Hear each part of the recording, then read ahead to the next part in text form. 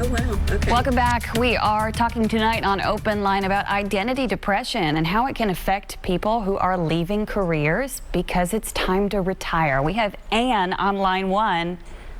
Hi, Ann. You are live on Open Line with myself and Jackie Cavnar. Why are you calling? Hi. Okay, I'm watching you. There's a delay. Hi. Hey. Hi. What's your question? Hi. Okay, question I have, Jackie. Could you I wanted to ask her if she could please repeat the phone number she gave for her organization, because she was breaking up as far as being able to hear her. Yeah. And also just appreciate this so much, because you're right. I'm looking at retirement soon, and what's happening is people are talking about, oh, how wonderful, you're lucky, and I'm thinking, well, this is all I've known for 45 years was this job, and I don't feel so lucky. So thank you. Thank you, Ann. Jackie, she says exactly what I have been thinking many people do feel. After a fulfilling career, I'm stepping away. So can you actually start with that phone number and then kind of rehash what it is like to leave something you've loved for decades? Yes, Ann, thank you so much for calling us tonight. Please call the office. Give us a call at 615-269-5355. We would be more than happy to put you in touch with our board member, Dan, who has been working with the retirees group exclusively. And also, if there are any other things that we could help you with as far as parents or grandchildren as well, we would be more than happy to have that conversation. You touched on so many things about the planning piece for retirement and managing your expectations and trying to plan for what your day may look like or where there may be holes. I don't know what kind of friend group you have right now or responsibilities or volunteer opportunities you may have outside of work or outside of home. Are you in a book club? Are you involved with a church group? Do you just have a card group or a gardening group or a ladies who lunch group? Have some things that are outside of your usual network. People you trust. Again, I can't reiterate core values and shared values enough. They seem to be the more true groups of friends that sustain us through times of challenge and time of change. And they're going to give you the advice that you're probably the most comfortable going with because they have similar expectations and want most of the same things out of life that you do. Can't underestimate or overestimate that enough. Go ahead and talk to your personal physician and just say, hey, here's what's coming up, maybe 12 months, 18 months. Think about that.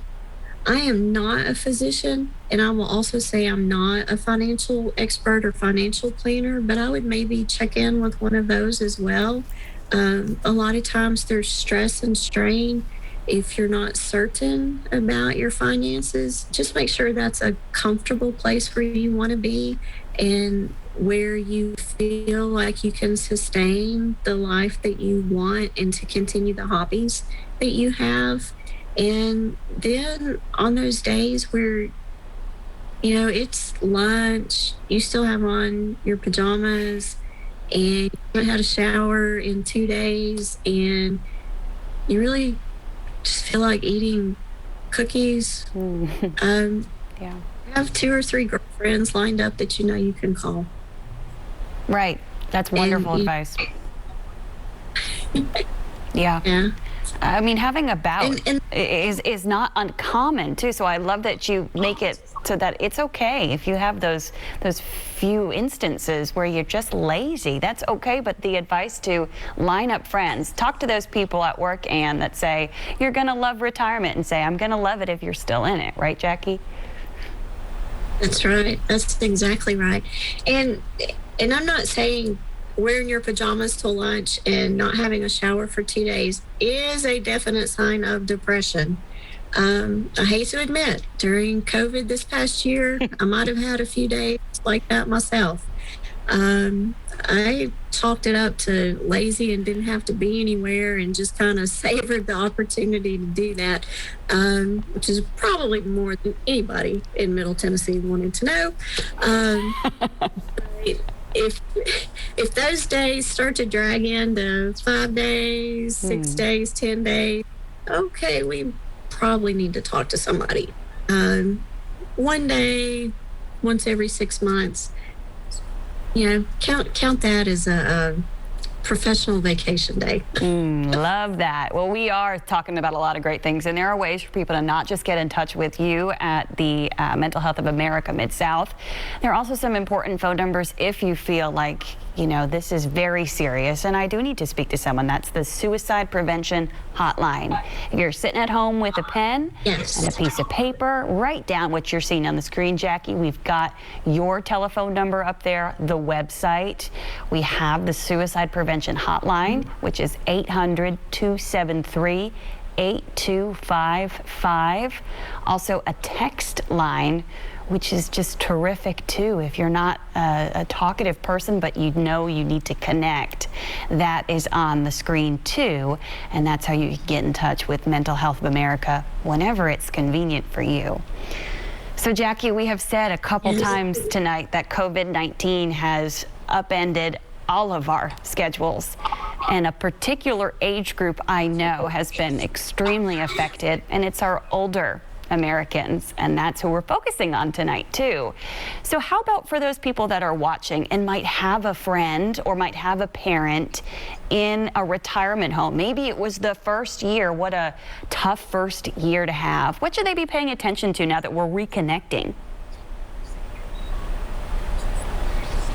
It really was a tough year, and it was hard. Just going through the transition of moving out of your home and into another place is hard enough as it is. Make sure you have a good relationship with the staff, because they're going to help be your extra eyes and ears to help you look for changes in your loved one. And when you do have that opportunity to be with your loved one, be very, very attentive. Please leave your phone in the car. Give that loved one as much attention as you can. Look for little signs. Look for differences in their eating habits. Look for differences in their communication style with you. Look and see over a period of time, are they trying to give personal items away? Are they trying to make sure that things that are near and dear to them are given to you or other family members? That can sometimes be a sign that they want to make sure all of their items and belongings are in place and taken care of, just in case they are making plans for something a little more dire that they may not want to discuss with you. I'm so happy that you shared the suicide hotline and the text line with all of the viewers.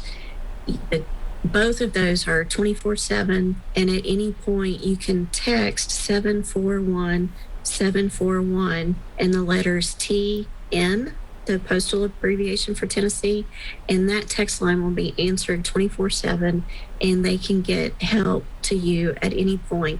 And also the text line is a little bit more of a warm line, meaning if you're not in immediate crisis, but maybe you're just having some thoughts that you just want to think through, the text line may be a little bit better than calling the 800 number.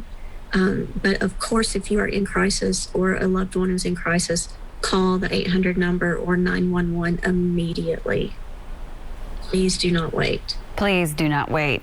I love that you called it a warm line. That's a great way to differentiate the level of severity. Because as we talk about this, it is so important to remind people, even if you have a little feeling, it's just as important to talk about it as if you have a lingering feeling, because it can develop. And one of the things that we talked about earlier that I do want to circle back to briefly here is that if maybe in your career you had some uneasy feelings about that career in general, or it ruled your life and you step away from it, it can just come back to the surface in these retirement years. Am I right, Jackie? You are right. Hannah, you are so right, because a lot of times you get distracted during the day, or you get busy on projects, or you get thinking about other things, and it's oftentimes when your mind is a little bit more idle, or your time has opened up a little bit, your mind starts to race, your heart may start to race. You may have feelings, even physical symptoms that you might not think of. Wow. Night sweats, hot flashes, and men get that too. It's not just a menopause thing. Men can also experience night flashes or night sweats, hot flashes. Changes in appetite, changes in sleep patterns. All of those things can come back and start feeding into situations that you play over and over and over again in your mind. How would I have done things differently? Or, oh my gosh, what do people think of me? And all of that feeds into the fear and the stigma and maybe the resistance to ask for help. I strongly encourage everyone, if you see any physical changes at all, discuss that with your doctor. Let's get to the bottom of it. Maybe it's physical, maybe it's mental or behavioral, but definitely ask your doctor and let them know about any changes at all. Could be thyroid, could be mental. Wow. Oftentimes the body does things that the mind has also some control over. So excellent advice. We're going to be right back after another break. Call us if you want to talk about this topic, identity depression in the age of retirement. I'll be right back.